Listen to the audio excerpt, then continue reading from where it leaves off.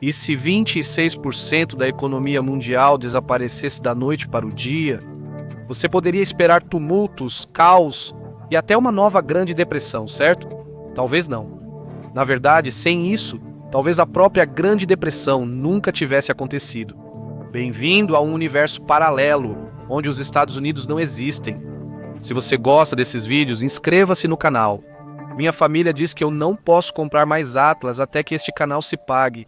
Em 4 de julho de 1776, a América rompeu com a Grã-Bretanha, o que acabou gerando 2 filmes sobre o Dia da Independência. Na vida real, 1776 foi menos um blockbuster e mais uma série de derrotas, com a Revolução quase colapsando. O Império Britânico ficou ressentido e contra-atacou em menos de 2 meses.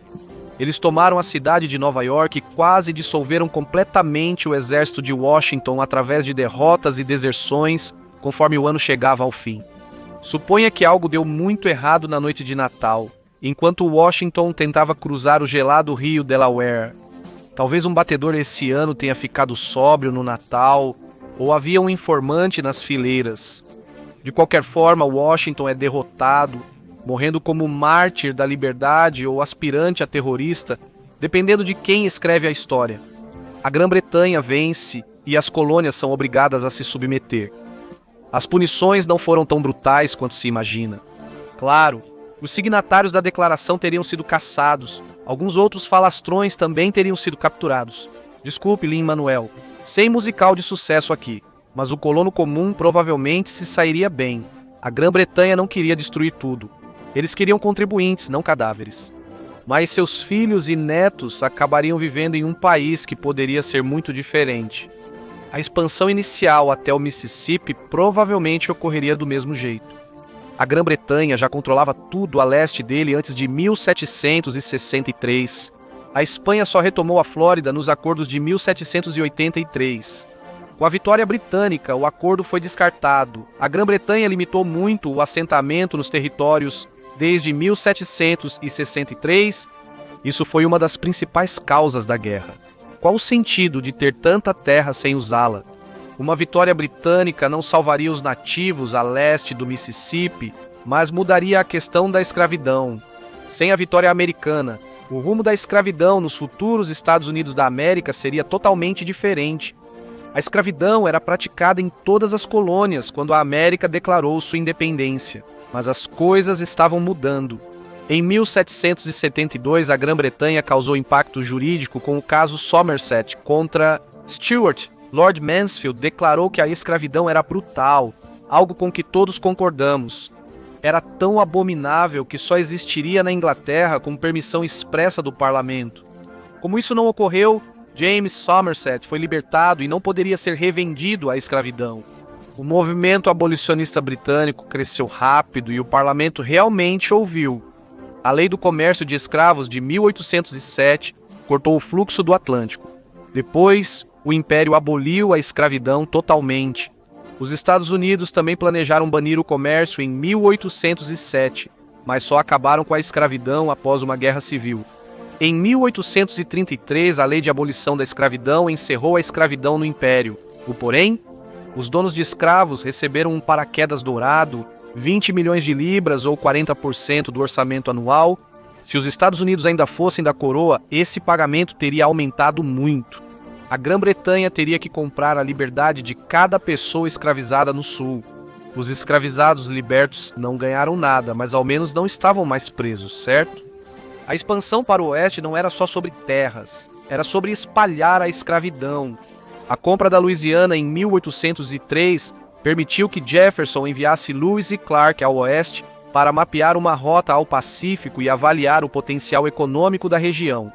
O desejo por plantações levou os Estados Unidos a guerrear com o México para obter mais terras.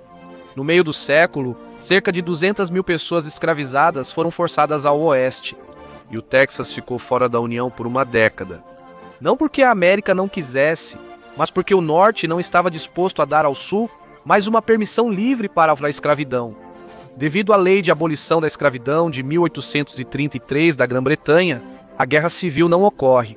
Sem confederação, proclamação de emancipação ou fama para Abraham Lincoln, o que significa que talvez ele pudesse simplesmente ter aproveitado o teatro sem, você sabe, aquele terceiro ato dramático. É duvidoso se a Guerra do México teria ocorrido. Com a escravidão já abolida, não haveria vantagem em tomar o Texas ou a Califórnia. Eles poderiam ser territórios mexicanos hoje. Os colonos só foram ao sudoeste porque puderam levar a escravidão. O México já havia proibido isso. Sem escravos e plantações, não fazia sentido. De repente, os Estados Unidos parecem menores. Será que teriam chegado ao Pacífico? Talvez nem tivesse alcançado a margem oeste do Mississippi. E não é apenas a escravidão que impede isso. Mas aqui as coisas ficam estranhas. Sem a América, talvez uma das figuras históricas mais famosas nem existisse como conhecemos. E pode acreditar, você não vai imaginar quem, o único e inigualável Napoleão Bonaparte. Ele vendeu o território da Louisiana para os Estados Unidos por 15 milhões de dólares, o equivalente a 371 milhões em 2023 para conseguir dinheiro rápido. Foi um grande sacrifício. O território ia de Nova Orleans a Alberta, do Mississippi a Montana. A França estava falida e se preparando para uma guerra com a Grã-Bretanha. Mas se Washington tivesse perdido sua aposta no rio Delaware, nada disso teria acontecido.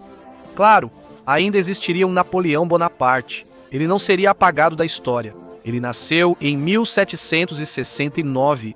Mas será que ele viraria imperador da França? Provavelmente não. A Revolução Francesa surgiu de outra revolução que, sim, você adivinhou, começou com a Revolução Americana. Naquela época, se você não se revoltasse, não vivia de verdade. A Grã-Bretanha não foi a maior perdedora da Revolução Americana. A França foi para Paris, parecia boa ideia na época. Se aliar aos recém-declarados Estados Unidos não foi um ato de bondade. A França queria vingança. A Guerra dos 7 Anos os arruinou e ainda perderam o território da Louisiana. Além disso, entregaram o território à Espanha. Foi um agradecimento e um pedido para a Grã-Bretanha não tomar mais do continente, mas só gerou dívida. A França tinha dificuldade em pagar a dívida devido ao sistema de impostos medieval. Mesmo com uma economia 3 vezes maior que a da Grã-Bretanha, a coroa não conseguia arrancar o dinheiro. O sistema britânico era simples. O parlamento definia e gastava os impostos. Isso atraía investidores pela estabilidade. O sistema da França era um desastre. O rei gastava muito, mas os tribunais locais precisavam arrecadar tudo. Arrecadar impostos ficou nas mãos de poucos escolhidos e, como esperado, gerou muita corrupção. Nobres e clérigos não pagavam, sobrando tudo para os camponeses. Para ser justo, o sistema francês estava se tornando cada vez mais impopular ao longo do século XVIII. A inflação subia, a população crescia rápido e os camponeses eram pressionados. Metade deles não tinha terra ou possuía apenas pequenos pedaços, deixando-os a uma colheita ruim de distância do desastre. Mas então veio a tempestade perfeita. A crise econômica da Revolução Americana coincidiu com várias más colheitas. Foi demais. O povo francês não só se revoltou, mas fez sua própria revolução, inspirado no país que ajudaram a falir ao apoiar. Fale sobre ironia. A monarquia francesa já estava com os dias contados. Era ultrapassada, antiquada e fora da realidade. Sem o colapso financeiro, a mudança poderia ter ocorrido por reformas, não por guilhotinas. Imagine a França com monarquia constitucional, sem Bastilha, Revolução ou Napoleão. E essas duas coisas poderiam ter significado que não haveria a compra da Louisiana. A Espanha devolveu o território para a França em 1800. Eles ficaram falidos após as guerras revolucionárias francesas. Sem essas guerras, a Espanha teria mantido o território. Eles queriam a Louisiana como proteção entre o território britânico e o México. E sem Napoleão planejando um retorno, o interesse da França no lugar era praticamente zero. Outra França poderia ter tentado comprá-la, ou a Grã-Bretanha forçado a Espanha a entregá-la. Mas, sinceramente, a terra era tão vazia que Londres poderia ignorar. Imagine o México ou algum outro país possuindo toda aquela terra a oeste do Mississippi. Isso seria possível sem os Estados Unidos. Para ser justo, a Grã-Bretanha chegou ao Pacífico com o Canadá sem oposição. Talvez essa ambição os tenha levado ao sul, em guerras não planejadas. Poderia ter existido uma América do Norte britânica indo da Flórida até o Círculo Ártico. Mas há um território que certamente nunca teria ido para os britânicos. Em 1867, a Rússia ficou feliz em vender. Ela não estava ganhando dinheiro lá de qualquer jeito. O lugar era improdutivo, difícil de defender, e eles já tinham uma terra congelada na Sibéria para se preocupar. Se livrar do Alasca não era grande coisa, ou pelo menos era isso que todo mundo pensava. William Seward viu uma oportunidade, embora muitos achassem que ele enlouqueceu ao comprar o Alasca. A Rússia vendeu o Alasca após perder a Guerra da Crimeia, 1853 a 1856. Ela não queria a Grã-Bretanha próxima à América do Norte ou ao Extremo Oriente. Os Estados Unidos da América também aproveitaram. A compra do Alasca afastou a Grã-Bretanha e fortaleceu a doutrina Monroe, que proibia europeus no hemisfério ocidental. Lembre-se, os Estados Unidos e a Grã-Bretanha ainda não eram melhores amigos, eles ainda eram rivais. Ótimo negócio para Washington e Moscou. Se Washington não tivesse se libertado, a região ainda seria russa, já o Havaí é diferente. Enquanto a Grã-Bretanha perdia a América, o capitão James Cook dizia aloha ao Havaí em 1778. Um ano depois, ele foi morto ao tentar fazer um chefe local refém após o roubo de um de seus barcos. Não era um cenário de cartão postal, mas Cook transformou o Havaí além do que imaginava. Sua descoberta já havia destacado o Havaí, atraindo mais visitantes. Onde há terras a explorar, o Império Britânico logo aparece. Em pouco tempo, conselheiros britânicos como John Young e Isaac Davis ajudavam o chefe Kamehameha a conquistar todas as ilhas. Não era só bondade, eles queriam uma parte. Estrangeiros seguiram chegando, plantando açúcar e lucrando. Na nossa linha do tempo, eles deram um golpe e entregaram o Havaí para os Estados Unidos da América, mas sem os Estados Unidos da América, sem anexação. Os americanos possivelmente lideraram a derrubada do reino havaiano em 1893. Súditos britânicos e alemães também participaram. Assim, o Havaí não passaria despercebido por Londres. Pearl Harbor era basicamente o lugar perfeito para estacionar a maior marinha do mundo. E quando a Alemanha começou a se envolver nos assuntos do Havaí, aquilo se tornou um imóvel ainda mais valioso. No final do século XIX e início do século XX, o pesadelo da Grã-Bretanha era a Alemanha. Há pouco tempo, a Alemanha não existia. Era apenas uma bagunça de pequenos estados sob a coroa de faz de conta do Sacro Império Romano-Germânico. O Iluminismo iniciou o nacionalismo, e mesmo sem a Revolução Francesa, os alemães não estavam imunes. Jefferson pode ter sido enforcado nesta linha do tempo, mas a ideia que defendeu sobreviveu. O princípio de que as nações criam governos para proteger sua liberdade já estava em andamento.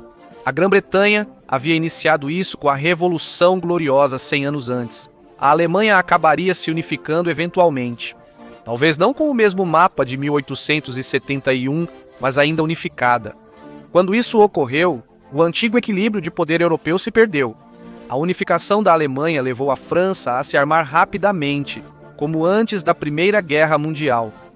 Depois, ao buscar marinha e colônias, a Alemanha entrou em confronto direto com a Grã-Bretanha.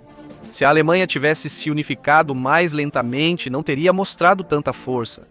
Napoleão iniciou ao extinguir o Sacro Império Romano-Germânico. Isso reduziu a Alemanha de 300 para 39 estados. A Prússia agora tem força para liderar o movimento. Sem Napoleão, tudo ocorreu mais lentamente, mas a Grã-Bretanha não ignoraria. Só a geografia criou a Alemanha. Qual seria o papel da Grã-Bretanha nesse universo alternativo? Difícil dizer. A Grã-Bretanha e a França não viraram amigas de repente em 1904 por diversão. Eles se uniram devido ao rápido armamento da Alemanha. Sem essa ameaça, a rivalidade antiga poderia ter seguido. Mas quando a Europa entrou em guerra, tropas dos Estados Unidos que nunca existiram teriam sido arrastadas para o conflito, não importando como aquele país fosse. Estados Unidos, em qualquer forma, e Canadá estariam unidos. Em 1867, a Grã-Bretanha unia suas colônias como uma colcha de retalhos imperial. O Ato da América do Norte Britânica uniu o Canadá, a Nova Escócia e New Brunswick no domínio do Canadá. Se a Grã-Bretanha não tivesse perdido as 13 colônias, elas provavelmente teriam sido incluídas também. O ato não criou o Canadá atual, isso viria depois, mas permitiu que líderes locais administrassem assuntos do cotidiano. Mas Londres ainda tinha o poder real. O parlamento podia revogar leis e a Grã-Bretanha controlava a política externa. Assim, os Estados Unidos fracassados não ficariam neutros por muito tempo. Se a Primeira Guerra Mundial ocorresse na mesma época, tropas das ex-colônias marchariam sob a bandeira britânica. Os moradores da Pensilvânia e Carolina poderiam ter seus nomes nos memoriais de Galípoli, junto aos de Terra Nova. Os nova-iorquinos seriam aqueles tossindo por causa do gás cloro em Ypres se aquela guerra fosse parecida com a nossa. Mas a guerra talvez não tivesse se arrastado por tanto tempo.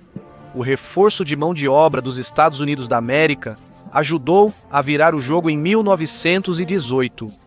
Se a força de trabalho norte-americana tivesse ido à Europa desde o início, a série de vitórias da Alemanha pareceria bem menor. E se a Segunda Guerra Mundial nem existisse? Podemos afirmar apenas uma coisa com certeza. O Império Britânico não teria enfraquecido tanto quanto enfraqueceu após o conflito. Sem o dia D, por exemplo. A Conferência do Cairo em 1943 quase virou briga. George Marshall gritava com Churchill e ele e Alan Brooke quase brigaram ali. A discussão não era sobre o dia D, e sim sobre Rhodes. A Grã-Bretanha queria a ilha e estava disposta a adiar a libertação da França para continuar perseguindo sonhos mediterrâneos. Quem não quer espreguiçadeiras e coquetéis? Nos anos 1940, tudo mudou muito. Os Estados Unidos estavam produzindo aviões ao dobro da taxa de todo o Império Britânico. E a maior afronta, a Marinha Britânica, seu orgulho e alegria, já não dominava mais os mares. Os Estados Unidos estavam construindo navios 7 vezes mais rápido. E o que a Grã-Bretanha estava produzindo, tudo estava sendo feito a crédito. Crédito devido aos Estados Unidos. Enquanto as forças britânicas avançavam na Europa, ministros de Churchill admitiam em segredo o que ninguém queria reconhecer. O Império estava quebrado.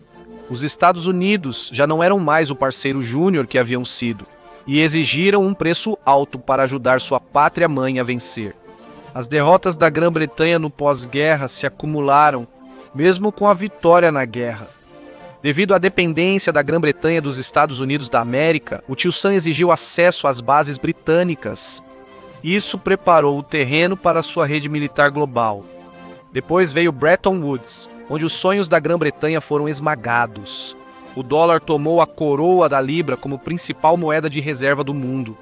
A Organização das Nações Unidas foi criada liderada pelos Estados Unidos da América e União Soviética, não pela Grã-Bretanha, sua missão e impérios. A Grã-Bretanha resistiu até a crise de Suez em 1956. Grã-Bretanha, França e Israel venceram o Egito militarmente. Eisenhower venceu todos politicamente ao ameaçar afundar a libra e cortar recursos do Fundo Monetário Internacional. Londres e Paris cederam. Sem os Estados Unidos da América, sem império. Mesma história com a OTAN. No papel, era um escudo coletivo. Na verdade, era um guarda-chuva americano. Sem dólares, armas nucleares e tropas dos Estados Unidos da América, a OTAN era só um papel timbrado. Sem a OTAN, não haveria equilíbrio na Guerra Fria. Só um bloco soviético sem controle ou uma Europa em disputas constantes. Todo o impasse entre leste e oeste existiu porque Washington decidiu assim. A Grã-Bretanha apenas seguia ordens, não liderava. Sem os Estados Unidos, a Grã-Bretanha lidera as 2 guerras mundiais. Os Estados Unidos da América não definem a história. Ela apenas marcha atrás da Union Jack. Nesse mundo, o Império nunca desaparece. A atual superpotência global poderia ser o Império Britânico, liderado pelo rei Charles III. As coisas seriam uma cópia carbono do início dos anos 1900. A mudança social é complexa, e a Grã-Bretanha já defendia ideais iluministas. A independência da Índia aconteceria de qualquer jeito. A anglosfera, eles seriam clones do Canadá, Austrália e Nova Zelândia, independentes na prática, mas ainda prestando reverência à sua majestade no papel. A Europa, sem os Estados Unidos da América, é difícil de prever. Já a Ásia, lá o futuro era muito mais claro. Uma potência estava destinada a se erguer. A China entrou no século XIX como o país mais rico do mundo, mas a dinastia Qing não conseguiu se industrializar. As guerras do ópio e outras humilhações derrubaram a China, assim como a maior parte da Ásia, que foi dividida em colônias até 1900, todas menos uma. Em 1853, o Japão parecia estar preso no tempo. O shogunato Tokugawa mantinha o país sob controle no século XVII para garantir seu poder. Mas até mesmo um dos países mais isolados do mundo estava se mantendo informado. Os comerciantes holandeses em Nagasaki eram os únicos ocidentais aceitos no Japão, mas isso já bastava para trazer más notícias. A China era duramente atingida, assustando os líderes do Japão, que queriam evitar ser as próximas vítimas. A chegada do Comodoro Perry em 1853 acelerou tudo. Ele era americano, mas se não fosse ele, teria sido algum oficial naval britânico. Havia muitos motivos para visitar o Japão. A caça às baleias era um grande negócio, e o Japão era uma estação de reabastecimento ideal para navios movidos a carvão. Para a Grã-Bretanha, o Japão era só mais uma peça no mapa. Conquistar influência ali e, de repente, o Pacífico Norte estaria conectado diretamente à cadeia de portos do Império, de Hong Kong ao sul, e tudo o que estivesse no meio. O Japão, decidido a não seguir o exemplo da China, acelerou sua modernização. Em 1868, o Shogun saiu, iniciou a restauração Meiji e a modernização acelerou. Derrotou a China, venceu a Guerra Russo-Japonesa e se anunciou como um jogador sério no cenário global. E o que a Grã-Bretanha fez em seguida quebraria um século de tradição. Desde a derrota de Napoleão, Londres praticava o chamado isolamento esplêndido, o que soa extremamente britânico. Era uma política parecida com a dos Estados Unidos da América antes da Primeira Guerra Mundial. Dominar os mares, evitar rivais e ignorar alianças complicadas. Sinceramente, esse é só o conselho de namoro da minha mãe, embora o dela não envolva encouraçados. A Grã-Bretanha encerrou seu ato solo em 1902 não com a França ou a Alemanha, mas com o Japão. Ambos viam a mesma ameaça, a Rússia avançando para a Manchúria e a Coreia. Para a Grã-Bretanha, tratava-se de manter seguras as rotas comerciais para a Índia e a China. Para o Japão, o objetivo era manter a Rússia distante. Com a Rússia ocupando o Alasca, a aliança anglo-japonesa fazia ainda mais sentido. Grã-Bretanha e Japão tinham razões para se preocupar e isso compensou. A vitória do Japão na Guerra Russo-Japonesa acabou com os planos russos no Extremo Oriente antes que eles pudessem decolar. Como sempre, os vencedores não permaneceram amigos. A Grã-Bretanha passou a desconfiar das ambições do Japão na Ásia. A aliança terminou quando o tratado expirou em 1923. Sempre foi algo desconfortável. Isso não poderia durar. Nas relações internacionais, há a chamada armadilha de Tucídides. Potências antigas costumam entrar em pânico com o surgimento de novas e isso frequentemente leva à guerra. Críticos consideram essa explicação simplista, mas o início do século XX seguiu esse padrão de forma precisa. Com a tensão racial, a situação piorou. Japão e Grã-Bretanha entraram em guerra. No mesmo dia em que o Japão atacou Pearl Harbor, também estava atacando Hong Kong britânica, Singapura e Malásia. O Japão tinha seus próprios planos para a Ásia. A esfera de coprosperidade da Grande Ásia Oriental era para ser uma Ásia para os asiáticos. Queria expulsar os impérios ocidentais, barrar o comunismo e permitir o controle do Japão. Em Versalhes, o Japão foi ignorado. O Ocidente respeitava seu poder, mas não o tratava como igual. O Japão queria uma cláusula de igualdade racial. Woodrow Wilson mudou as regras e exigiu aprovação unânime, mas apenas desta vez. A cláusula teve maioria, mas não unanimidade, então foi rejeitada. Claro, nesse mundo não existe os Estados Unidos da América e talvez nem a Primeira Guerra Mundial para rejeitar isso, mas a parte feia não muda. As tensões raciais persistiam. Esse desprezo levou o Japão a adotar e adaptar o racismo ocidental. Nos anos 1940, o Ministério da Saúde e Bem-Estar do Japão publicava investigações sobre política global centradas na raça Yamato. Lendo nas entrelinhas, o Japão é quem manda. A esfera de coprosperidade não era sobre compartilhar. Falava do Japão. O rótulo amigável ocultava uma realidade brutal. Tóquio pretendia tomar os recursos da Ásia para si. Uma estratégia reforçada pelo colapso da Alemanha, causado pelo bloqueio na Primeira Guerra Mundial. Ignore a Primeira Guerra Mundial e a história mal muda. O Japão, pobre em recursos, acabaria buscando liderar a Ásia pela força. Isso o colocaria em rota de colisão com a Grã-Bretanha. Como uma guerra dessas terminaria? A Grã-Bretanha estava longe do Pacífico e talvez pressionasse seu domínio norte-americano a liderar. Mas não há garantia de igualar o real poder industrial dos Estados Unidos. Assim, o Japão teria chance de alcançar seus objetivos na Ásia. Mas, pelo menos, a China provavelmente não teria caído no comunismo, certo? Grã-Bretanha e Japão poderiam iniciar uma guerra fria ou buscar um novo acordo sobre a Rússia. No século XIX, a monarquia russa já estava em declínio. Com ou sem os Estados Unidos, os czares não iam durar muito mais tempo. A instituição era inflexível e falhava sempre em crises. Se uma União Soviética o substituiria, isso já é outra questão. As revoluções de 1917 ocorreram devido ao caos da Primeira Guerra Mundial. Sem ela, o desfecho poderia ter sido outro. Uma coisa é certa: a coroa cairia e a Rússia seguiria buscando seu antigo sonho de um porto em águas quentes. Esse é justamente o tipo de sonho que Grã-Bretanha e Japão não gostariam de ver realizado. Se o Japão tivesse sido criado para conter a Rússia, não produziria seus animes favoritos. Impérios não investem em mangá, mas sim em encouraçados.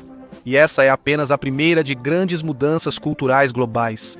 O cenário da cultura pop atual seria bem diferente. A Grã-Bretanha difundiu o inglês mundialmente, mas ele não era o idioma cotidiano na maioria dos lugares. Os britânicos colonizaram a América do Norte, Austrália e Nova Zelândia, levando seu idioma. Em outros lugares, especialmente na Ásia e na África, era apenas para acordos comerciais. Para a diplomacia, o francês ainda era o idioma internacional preferido. O inglês domina hoje porque os Estados Unidos venceram a Segunda Guerra Mundial. Se tirarmos isso e houver rivalidade entre Grã-Bretanha e Japão, o inglês talvez fosse só mais um idioma imperial. Palavras diferentes trazem músicas diferentes. Talvez o inglês não fosse global e guerras nunca tivessem ocorrido. Muita coisa não seria a mesma sem os Estados Unidos. E eu nem cheguei ainda nas possibilidades mais malucas. Fique, pois os verdadeiros choques ainda virão. Em 1956, John Lennon criou o grupo de skiffle Quarrymen. Com Paul McCartney e George Harrison formam-se os Beatles, o grupo de rock and roll mais impactante que já subiu em um palco. Exceto que, sem a América, eles nem seriam um grupo de rock. O rock and roll foi uma invenção dos Estados Unidos. Blues, gospel, country e jazz, todos moldados por Elvis antes dos Beatles. Essa música nasceu de experiências únicas dos americanos. Não teria sido a mesma coisa se os Estados Unidos não existissem. Os Beatles e Elvis nunca teriam existido como conhecemos. Pelo menos, não as versões que conhecemos. As bandas desses países ainda tocariam em inglês, mas sem o alcance cultural dos Estados Unidos da América, sua música não teria se tornado global. Filmes e programas de televisão dos Estados Unidos da América também ajudaram a espalhar o inglês pelo mundo. Todo mundo queria assistir ao mais novo sucesso de bilheteria ou sitcom e precisava entender inglês. Claro, existem as legendas, mas ninguém realmente gosta de lê-las, não importa o que a Netflix diga. Mas se Washington tivesse perdido no Delaware, Hollywood talvez nunca tivesse existido. Os cineastas foram ao sul da Califórnia pelo clima e para escapar de Thomas Edison. Ele aplicava agressivamente suas patentes de tecnologia de filmes. E em Nova York, ele ia atrás de você pela menor infração, mas seu controle era muito mais fraco na Califórnia. Seria diferente sem os Estados Unidos. Talvez a Califórnia não fosse britânica e Thomas Edison não monopolizasse as patentes. Os filmes provavelmente surgiriam de qualquer forma, pois a Revolução Industrial tornou isso inevitável, mas por outra pessoa e em outro lugar. Talvez Londres ou Alemanha, mas Hollywood provavelmente não. A Alemanha tinha uma indústria cinematográfica próspera no início do século XX.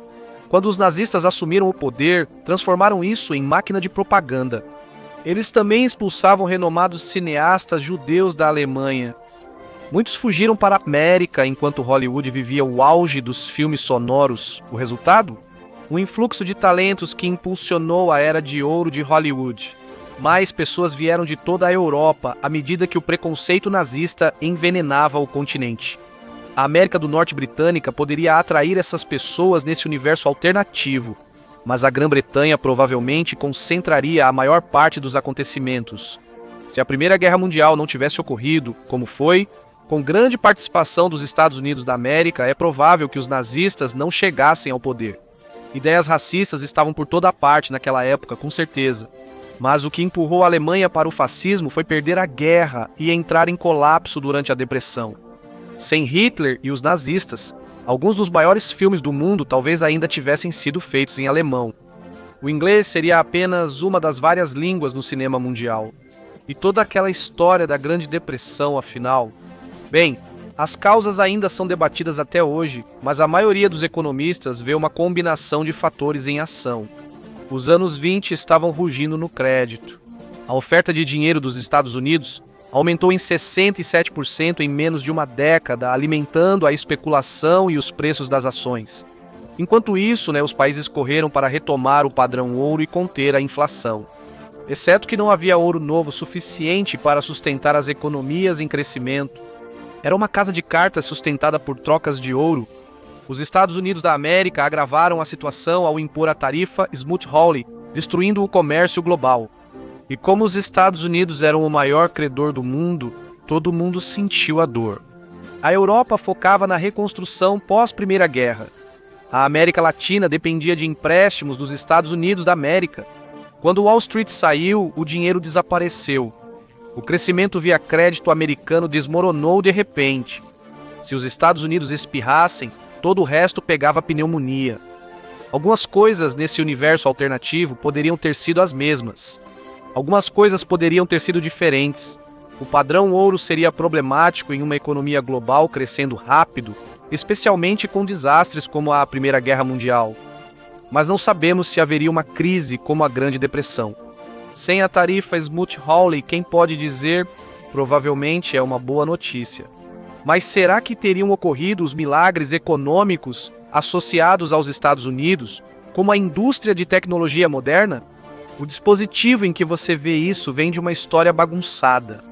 Os primeiros computadores do século XX ocupavam salas inteiras. A corrida espacial entre Estados Unidos da América e União Soviética foi necessária para reduzi-los. A Administração Nacional da Aeronáutica e Espaço contratou a International Business Machines por 26,6 milhões de dólares para criar um computador de foguete com menos de 27 quilos do tamanho de uma mala de mão. A International Business Machines conseguiu e outras empresas seguiram, assim a bandeira dos Estados Unidos da América foi parar na Lua. A indústria teria reduzido o tamanho dos computadores com o tempo, mas sem a pressão da corrida espacial e seus prazos, isso demoraria bem mais. E a internet, mesma história. Quando em 1957 soou o alarme em Washington, o Pentágono buscava um sistema de comunicação capaz de resistir a ataques nucleares. A ARPANET começou a funcionar em 1969. Em 1983, ela adotou o TCP, a IP base da internet. Em 1990, o cientista britânico Tim Berners-Lee deu a ela o avanço que conhecemos hoje, a World Wide Web. Então talvez a internet fosse uma coisa britânica nessa linha do tempo alternativa. Levaria mais tempo, mas ainda existiria. Talvez o inglês nem fosse o idioma principal da internet sem a dominação americana pós-Segunda Guerra Mundial. Teclados foram criados para o inglês usando o alfabeto latino. Os demais idiomas tiveram que se adaptar. Outros idiomas precisaram usar truques como autocompletar ou métodos especiais para entrar. Isso vai além das teclas. A maioria dos softwares foi criada em torno dos caracteres do inglês. Nesse universo alternativo, os computadores existiriam, mas seriam enormes. Seu iPhone provavelmente não caberia no seu bolso e seu teclado talvez nem fosse em inglês. A única garantia? Sem os Estados Unidos, o mundo que conhecemos hoje provavelmente não existiria. Obrigado por me acompanhar hoje. Espero que você tenha gostado do vídeo. E se quiser ver mais vídeos como este, por favor, considere se inscrever e ativar as notificações. Realmente faz diferença. Mais uma vez, obrigado e até a próxima no Mapec.